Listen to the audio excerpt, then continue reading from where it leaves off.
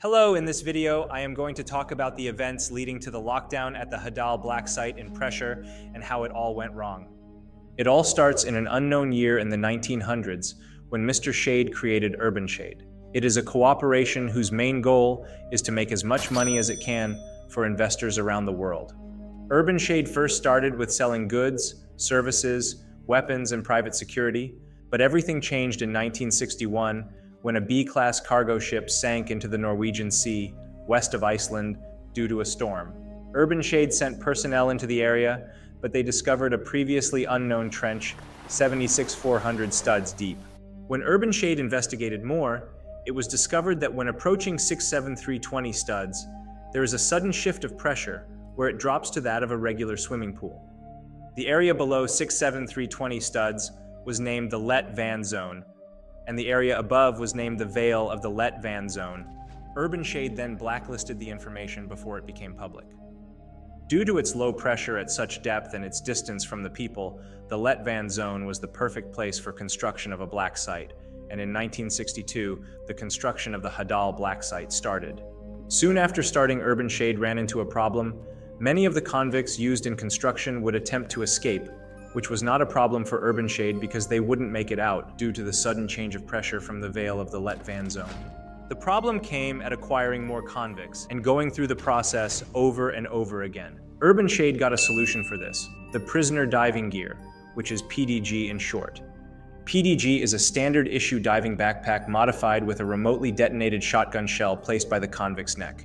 In the events that a convict tries to escape or falls out of line, the PDG can be triggered by a remote detonator by either HQ or a nearby authorized personnel. This reduced escape attempts by around 98%. The PDG was improved through years, and even to date, it is still used. The current model can be detached remotely from the user's back, leaving the former user to drown.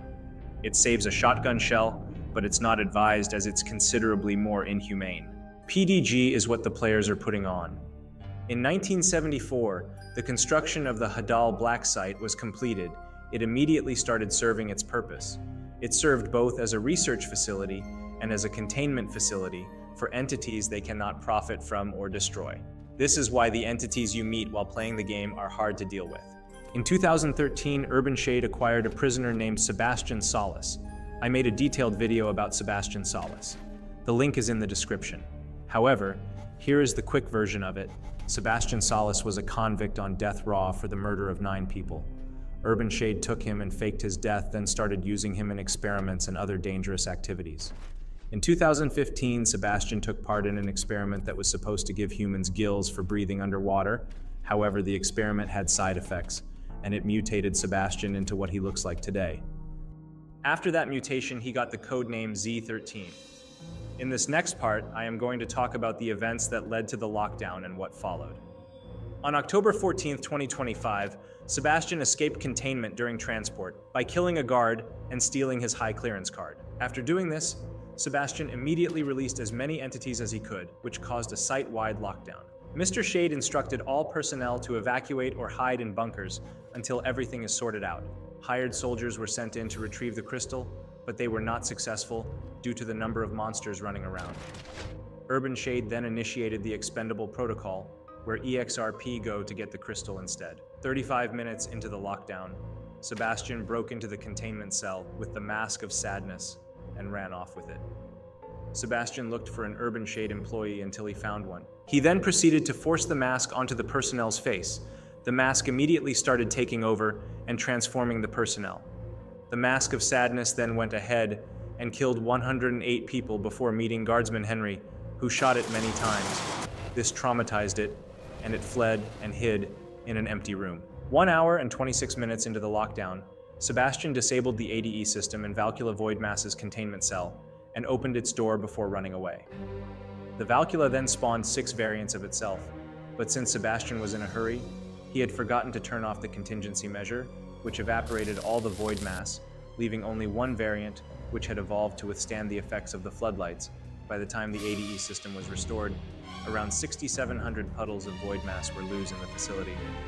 Sebastian then set up shop and started trading with EXR-P for research material in exchange for items like medkits and code breachers.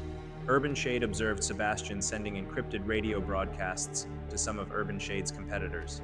When Sebastian discovered that he was being observed, he went ahead and stole an experimental scrambler which blocks any CCTV camera or any form of communication within a certain radius around him. 2 hours and 34 minutes after this, Sebastian discovered a heavy containment with the sentient AI, the Painter, inside. He promised to get the Painter out of containment if it agreed to delay the retrieval of the crystal. The Painter agreed, and Sebastian connected it onto the mainframe. Agents quickly noticed the Painter and blocked it from the mainframe, though it still managed to hijack the PA system and low-level clearance to the Navi AI system. The Painter then uses the PA system to lure the Mask of Sadness around the black site, but it would always flee when it meets a group of people because of the trauma Guardsman Henry gave it. Noticing this, the Painter started guiding the mask of good people to empty rooms and then changes the number of the room to that of the next door in order to trick Urbanshade personnel into entering it. Approximately 1.5 hours later, Sebastian came across the containment cell with eyefestation and opened it, letting it out into the ocean. Eyefestation did not leave the Letvan zone in order to revenge on the people. 2 days after the lockdown, Urbanshade sent 3 employees to a high-security prison to look for more people to be used for the expendable protocol, since they had already lost over 3,000 people trying to retrieve the crystal. The convicts were offered freedom and a large sum of money if they retrieved the crystal. In 1967, Urbanshade discovered the remains of Thor, and upon inspection, they quickly noticed that one of his finger bones was glowing and still full of energy. Thor's body was taken back to the black site, and the finger bone was used to power the whole facility, with excess energy being sold to Europe for extra profits. That finger bone is now referred to as the crystal. The crystal is so important to Urbanshade that they will use any means necessary to acquire it, and that's where the player comes in. When Urbanshade offered freedom and money to convicts if they retrieved the crystal, many convicts signed up, including the player. Okay, that will be it for this video, and let me know in the comments if there is anything I have missed. See you in the next video.